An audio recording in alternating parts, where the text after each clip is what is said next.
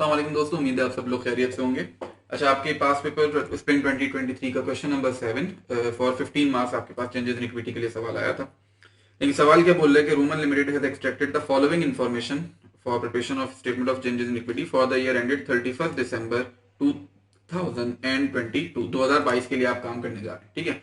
अच्छा, इन्फॉर्मेशन आपको 3 सालों की दी हुई है, 22, 21 और 2020 तीनों की, ठीक है।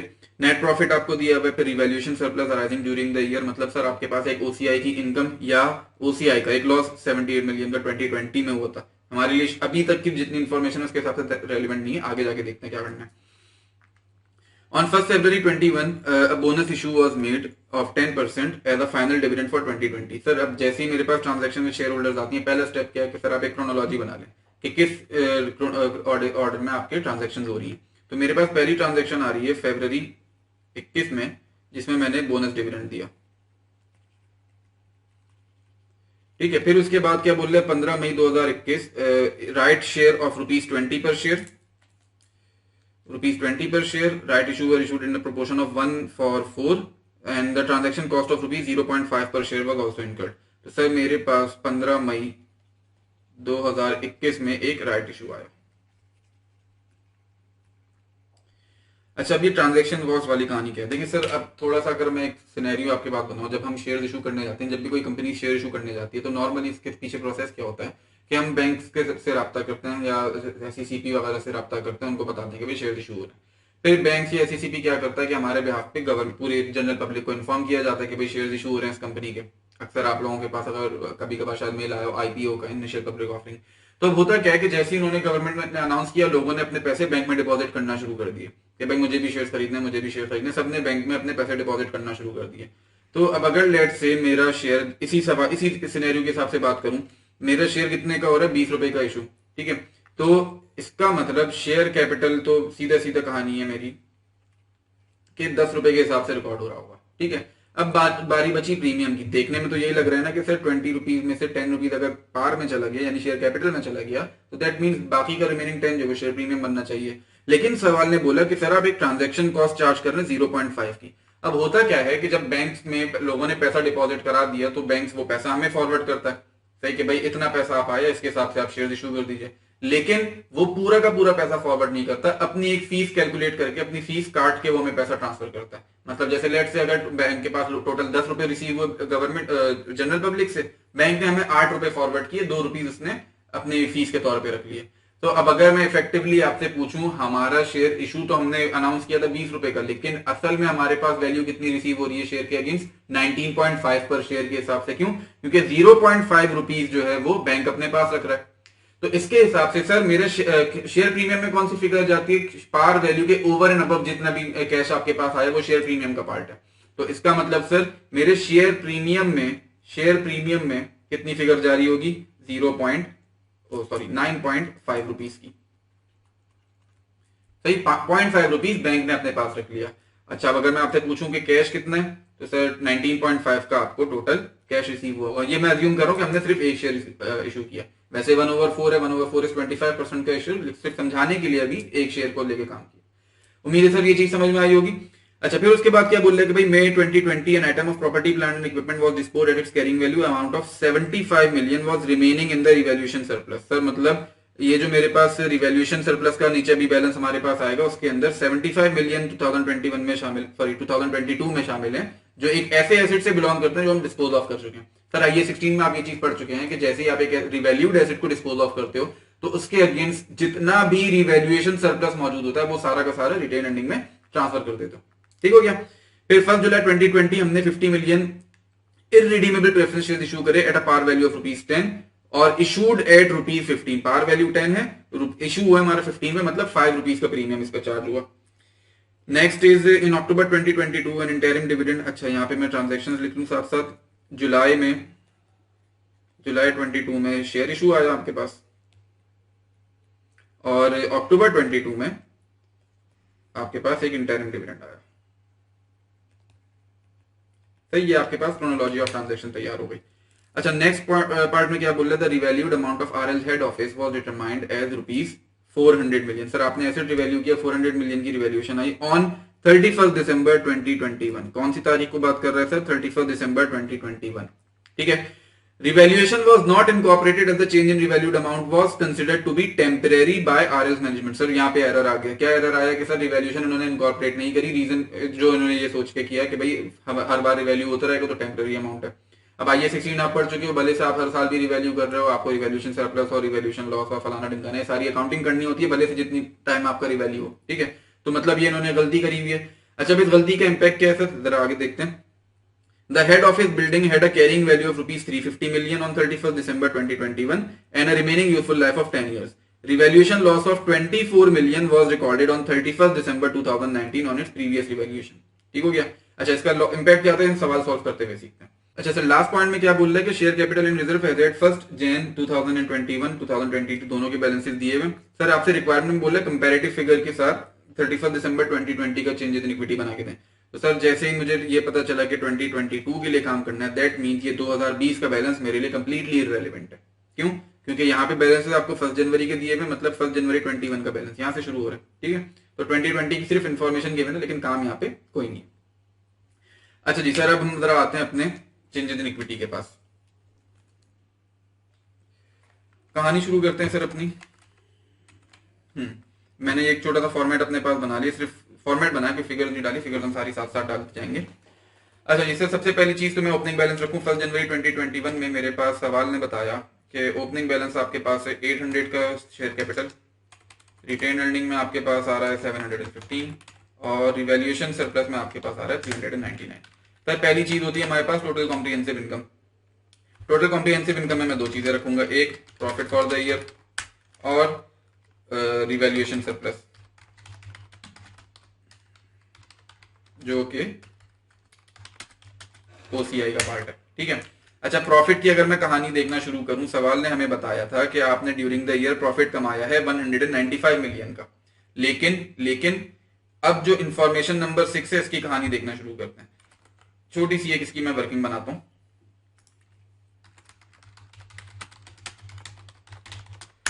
सर रिवैल्यूएशन की वर्किंग की कहानी क्या है कि सर एक एसेट था जिसकी फेयर वैल्यू हमें सवाल ने बताई 400 मिलियन की, ठीक है, और इसकी नेट बुक वैल्यू सवाल ने ऑन 31 दिसंबर 2021 हमें सवाल ने बताई 350 मिलियन की। सर सवाल ये कह रहा है कि ये जो 400 मिलियन है इसको आपने रिकॉर्ड नहीं किया, तो इसका मतलब अगर मैं यहाँ पे चेक करूं तो मेरे पास रिवैल्यूएशन सरप्लस क्रिएट होता है कितने का सर, 50 मिलियन का। 50 मिलियन का मेरे पास रिवैल्यूएशन सरप्लस क्रिएट होता है, जो कि मेरी बुक्स में आना चाहिए था, मैंने रिकॉर्ड नहीं किया। सर अगर ये 50 मिलियन का सरप्लस मैंने रिकॉर्ड नहीं किया तो इसके दो इंपैक्ट और पॉसिबल हो सकते हैं। क्या सर? पहली चीज, इस 50 मिलियन के ऊपर मैंने डेप्रिसिएशन चार्ज नहीं की होगी। सर हमने यही सीखा ना कि जब भी एक एसेट रिवैल्यू होता है तो नेक्स्ट डेप्रिसिएशन उसकी फेयर वैल्यू के ऊपर कैलकुलेट होती है। तो अगर मैंने अपने एसेट को 350 मिलियन पे ही रहने दिया तो डेप्रिसिएशन भी 350 पे चार्ज हुई होगी। दैट मीन्स इसके ऊपर मुझे डेप्रिसिएशन चार्ज करनी है, चार्ज ऑन 50 मिलियन। अच्छा सर ये कहानी कब की है? सर ये फेयर वैल्यू मुझे गिवन है 31 दिसंबर 2021 की। सिमिलरली नेटबुक वैल्यू भी मुझे गिवन है 31 दिसंबर 2021 की। तो इसका मतलब सर ये जो रिवैल्यूएशन सरप्लस है मेरी लास्ट डे ऑफ ईयर पे आके रिकॉर्ड हो रहा है, मतलब 31 दिसंबर 2021 में रिकॉर्ड हो रहा है। तो इसका मतलब क्या हुआ सर, 2021 की जो डेप्रिसिएशन है वो 350 मिलियन पे बिल्कुल ओके चार्ज हुई है, लेकिन depreciation for 2022 is to be charge on 50 million. Sir इस 50 मिलियन पे 2022 की डेप्रिसिएशन चार्ज नहीं हुई, 2021 की बिल्कुल ओके कहानी चल गई। अच्छा उसके साथ इंफॉर्मेशन एक और भी हमें दी गई कि रिमेनिंग यूजफुल लाइफ 10 ईयर्स है। तो सर मैं डेप्रिसिएशन अगर यहाँ पे कैलकुलेट कर लूं इसके ऊपर, depreciation for 2022 simple see this divide by 10 years, तो 5 मिलियन की मेरे पास डेप्रिसिएशन चार्ज होनी है 2022 में, ठीक है। 21 में कोई मसला नहीं। आगे क्या बोल रहा है, a revaluation loss of 24 million was recorded on 31st December 2019 on its previous revaluation। Sir ये चीज जरा ध्यान से देखिएगा। सर हमने ये सीखा है कि जब भी आप एक एसेट को रिवैल्यू करते हो, रिवैल्यू अपवर्ड हो रहा हो अगर, तो अगर कोई प्रायर ईयर के लॉसेस हैं आप सबसे पहले उनको रिवर्स करते हो to the extent of historical carrying amount, उसके ओवर एंड अबव जितना भी बैलेंस है वो आप रिवैल्यूएशन सरप्लस में पार्क करते हो। तो सर यहाँ पे मेरे पास रिवैल्यूएशन सरप्लस क्रिएट हो रहा है टोटल 50 मिलियन रुपीज का, मतलब 50 मिलियन से मुझे अपने एसेट को बढ़ाना है, ठीक है। तो अब अगर मैं इसकी आपसे एंट्री पूछना शुरू करूं सर, पहली चीज तो स्ट्रेट फॉरवर्ड है कि 50 मिलियन से मुझे अपने एसेट को बढ़ाना है, ठीक है।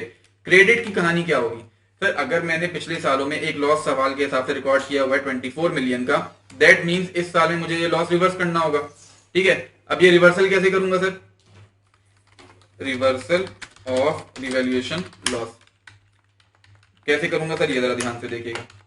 अभी आज 31 दिसंबर 2021 पे हमारे एसेट की रिमेनिंग यूजफुल लाइफ कितनी है सर, 10 ईयर्स की, ठीक है। 31 दिसंबर 2021 पे रिमेनिंग यूजफुल लाइफ 10 ईयर्स। तो सर 2019 अगर मैं 2 साल पहले चले जाऊं तो उस पॉइंट पे मेरी रिमेनिंग यूजफुल लाइफ कितनी रही होगी सर, 2 साल मजीद ऐड कर दूं तो मतलब 12 ईयर्स की यूजफुल लाइफ थी मेरी at the point of revaluation that was made on 31 दिसंबर 2019। ठीक हो गया सर, मतलब वहां से मेरा जो एसेट जब डेप्रिशिएट होना शुरू हुआ था तो 12 मिलियन के ऊपर 12 ईयर्स की यूजफुल लाइफ पे डेप्रिशिएट कर रहे थे, ठीक है। अब जरा ध्यान से देखिएगा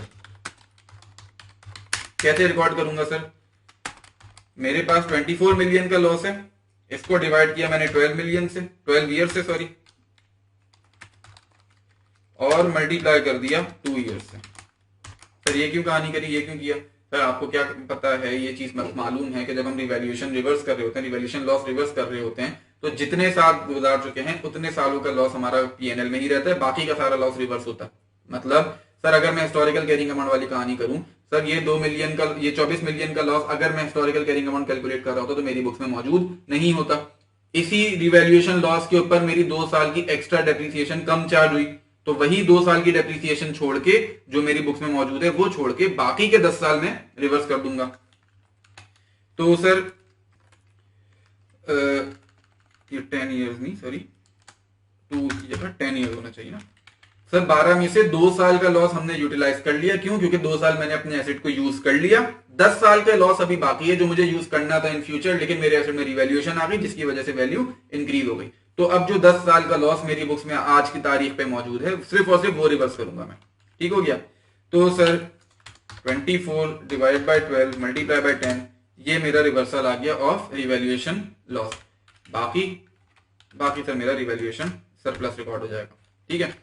अच्छा अब जरा अकाउंटिंग, ये हमने अकाउंटिंग तो अपनी कंप्लीट कर ली, ये वाली सारी कहानी हुई 31 दिसंबर 2021 पे, ठीक है। तो मुझे जो प्रॉफिट गिवन है फॉर द ईयर 2021 कहां गया, 195 का गिवन है, इसके अंदर ये 20 मिलियन का जो हमने रिवर्सल रिकॉर्ड किया, 20 मिलियन की इन शॉर्ट जो एक इनकम रिकॉर्ड करी ये मौजूद नहीं होगी। तो देयरफॉर मेरा प्रॉफिट जो है 195 मिलियन जो गिवन है प्लस 20 मिलियन का जो मैंने अभी कैलकुलेट किया रिवर्सल ऑफ रिवैल्यूएशन सरप्लस, ये मेरा एक रीस्टेटेड प्रॉफिट, ये सिर्फ रीस्टेटेड लिखते हैं, प्रॉफिट नहीं लिखते, फॉर 2021 कैलकुलेट हो गया, ठीक है। कैसे सर, 195 प्लस 20, ठीक हो गया। अच्छा इसी तरीके से अब मैं अगर रिवैल्यूएशन सरप्लस की बात करूं सर, जब ये रिवैल्यूएशन की अकाउंटिंग मैंने नहीं करी, दैट मींस रिवैल्यूएशन सरप्लस में भी एक फिगर आने से रह गई है। तो सवाल ने जो मुझे बैलेंस गिवन है, मुझे रिवैल्यूएशन सरप्लस आया ड्यूरिंग द ईयर 115 मिलियन का, उसके अंदर अभी जो मैंने कैलकुलेशन करी उसके हिसाब से 30 मिलियन का रिवैल्यूएशन सरप्लस मजीद क्रिएट हो रहा है। तो देयरफॉर रिवैल्यूएशन सरप्लस की फिगर कितनी आएगी सर, 115 प्लस 30 मिलियन का जो अभी मैंने रिवैल्यूएशन सरप्लस कैलकुलेट किया, ठीक हो गया। तो मेरा टोटल इनकम कितनी बन गया, अच्छा यहाँ पे ऐड होगा प्लस 30, ये मेरे पास कैलकुलेशन कंप्लीट हो गई प्रॉफिट के पोर्शन की, ठीक है। इसका यहाँ पे टोटल कर लेते हैं,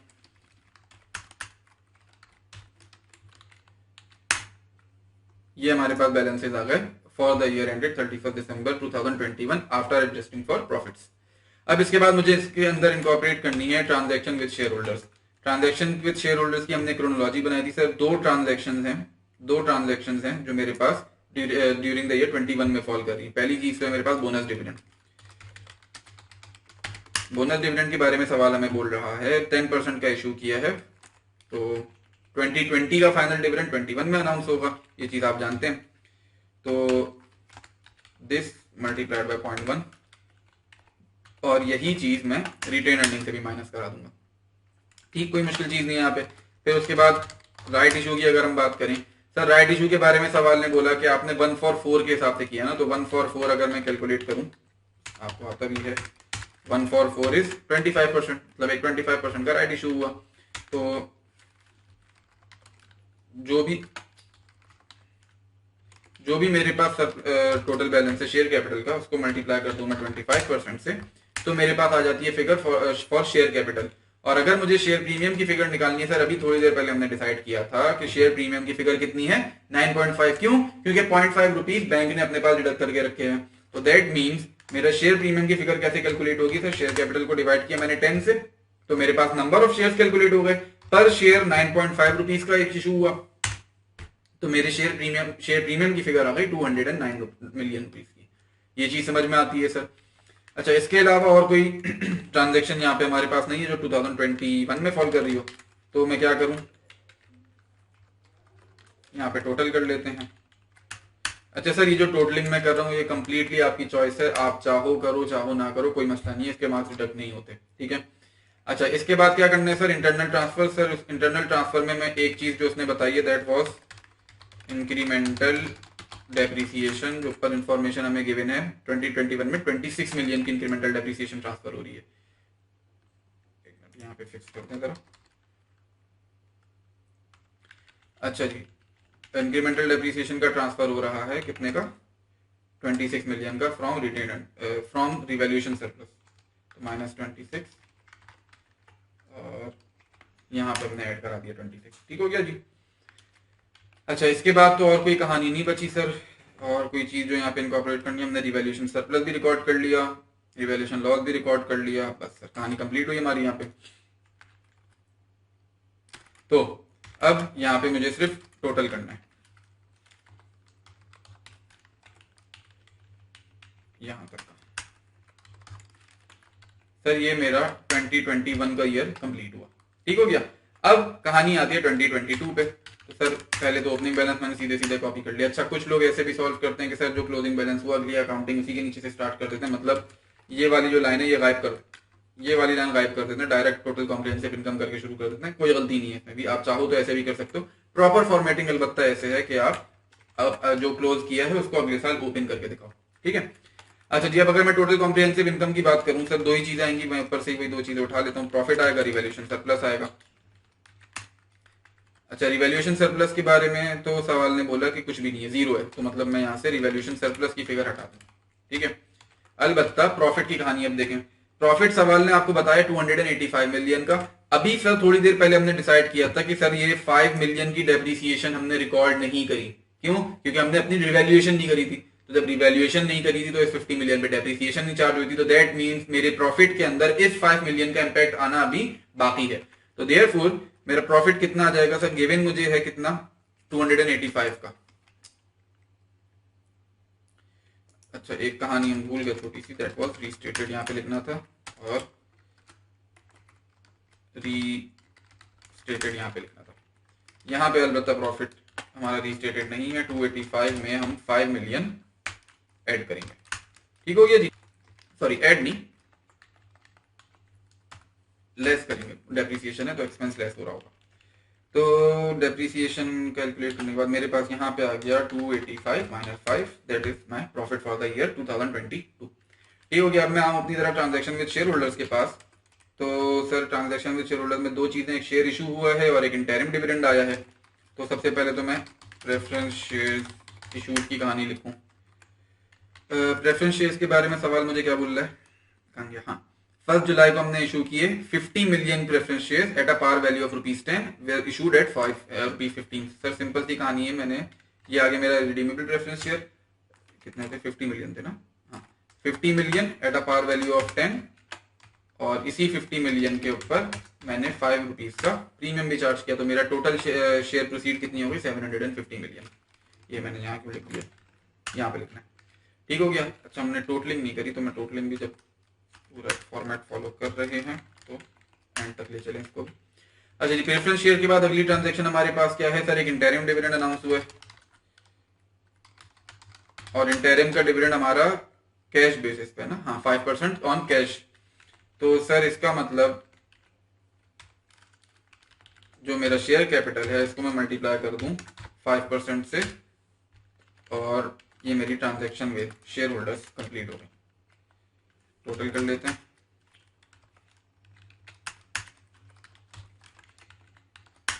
अच्छा, जब मैं इंटरनल ट्रांसफर्स पे आया, इंटरनल ट्रांसफर के बारे में एक चीज सवाल ने हमें बताई है कि भाई आपने इंक्रीमेंटल डेप्रिसिएशन ट्रांसफर किया 30 मिलियन का, तो इंक्रीमेंटल डेप्रिसिएशन सर जैसे ही मैंने ये 30 मिलियन का ट्रांसफर यहाँ पे रिकॉर्ड किया, माइनस यहाँ से किया और प्लस यहाँ पे कर दिया, सर एक चीज मुझे याद आई। वो चीज क्या थी कि भाई जब ये 50 मिलियन का रिवैल्यूएशन सरप्लस मैंने रिकॉर्ड नहीं किया, जब ये 50 मिलियन का रिवैल्यूएशन सरप्लस मैंने रिकॉर्ड नहीं किया, तो दैट मींस इस 50 मिलियन के ऊपर इंक्रीमेंटल डेप्रिसिएशन का ट्रांसफर भी रिकॉर्ड नहीं हुआ होगा। ये चीज समझ में आती है सर? 10 साल की इसकी रिमेनिंग यूजफुल लाइफ थी जो सवाल ने हमें बताई है, तो उसी 10 साल के ऊपर इसको इंक्रीमेंटल डेप्रिसिएशन में ट्रांसफर होना चाहिए था। लेकिन क्योंकि ये 50 मिलियन हमने अकाउंट फॉर नहीं किया था, तो अब हमें इसकी इंक्रीमेंटल डेप्रिसिएशन कैलकुलेट करनी पड़ेगी। तो कितनी बनेगी इंक्रीमेंटल डेप्रिसिएशन सर? सवाल के पास अगर मैं जाऊं तो 10 ईयर्स की यूजफुल लाइफ है ना, तो सर हमारा रिवैल्यूएशन सरप्लस रिकॉर्ड हुआ है 30 रुपीज का या 30 मिलियन का, तो इसी को मैं डिवाइड कर दूं 10 मिलियन से, तो इंक्रीमेंटल डेप्रिसिएशन का ट्रांसफर 3 मिलियन का आ गया। सर टोटल मेरा, अगेन एंट्री रिवाइज कर ले, टोटल मेरा एसेट रिवैल्यू हुआ 50 मिलियन अपवर्ड, जिसमें से 20 मिलियन मैंने लॉस में रिवर्स किया और 30 मिलियन का मैंने रिवैल्यूएशन सरप्लस रिकॉर्ड किया। इसी 30 मिलियन के ऊपर मैंने इंक्रीमेंटल डेप्रिसिएशन रिकॉर्ड किया। ठीक है, तो अब मैं यहाँ पे क्या करूं, इसके साथ लिख भी देते हैं 30 प्लस 3, इसी के अंदर ऐड करा दिया, तो टोटल मिला के 33 मिलियन का इंक्रीमेंटल डेप्रिसिएशन ट्रांसफर। फिर उसके बाद एक पॉइंट और सवाल ने हमें बोला था कि on 1 May 2022 an item of PP was disposed of at carrying value on amount of 75 million was remaining in the revaluation surplus. Sir हमने इस IAS 16 में अगेन सीखा है क्या कि जब भी एसेट डिस्पोज ऑफ करेंगे तो उसके अगेंस्ट जितना भी रिवैल्यूएशन सरप्लस है वो सारा का सारा आप रिटेन अर्निंग में ट्रांसफर कर देंगे। तो देयरफॉर एक अगली एंट्री आपके पास होगी transfer of revaluation surplus on disposal.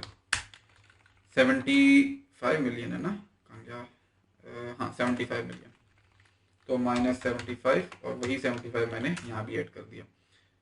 अच्छा प्लस और कोई चीज जो सर हम भूल के जा रहे हो? रिवैल्यूएशन ड्यूरिंग द ईयर कोई अराइज नहीं हुआ, लॉसेस सारे रिकॉर्ड कर लिए। बस सर यहाँ तक हमारा सवाल कंप्लीट हो गया। बस अब सिंपली इसका टोटल करना है।